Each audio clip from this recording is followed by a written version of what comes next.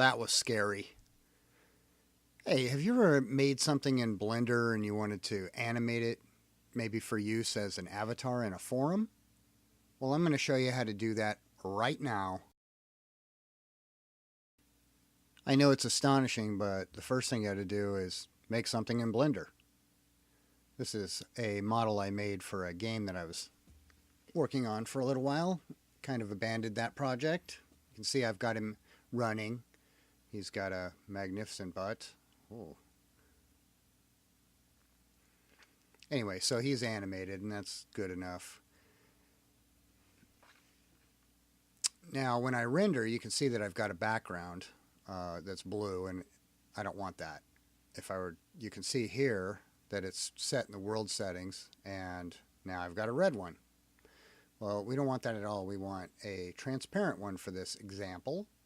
And what we want to do is take the check out of sky in the render layer part of the preferences. Also make sure that it's set to RGBA, though I don't think that really matters. You can tell that the background here is checkered, and that means that it's transparent.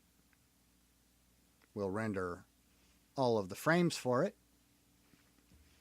You can see them generating here. You can see my temp folder is a mess because I play with Blender a lot. So,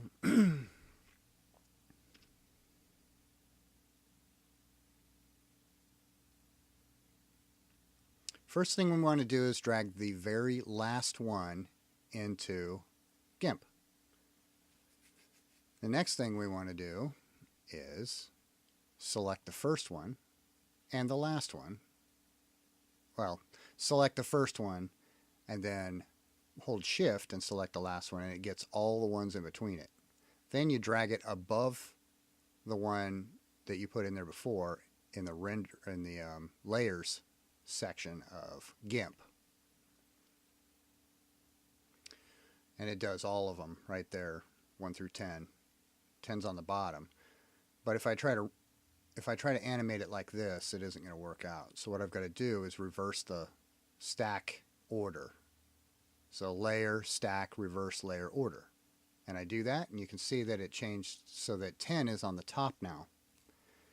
Now if I animate it, my animation won't be backwards. So then I just want to export it, not overwrite.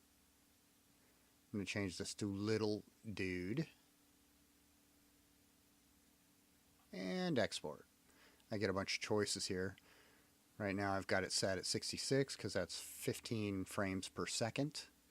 Make sure that it's on replace, otherwise I'll end up with this sort of thing. All of them stacking on top of each other, and then just make sure those two are checked. There it generates right there in my folder. And I test it in an open browser window. And it's working nice. That's about it.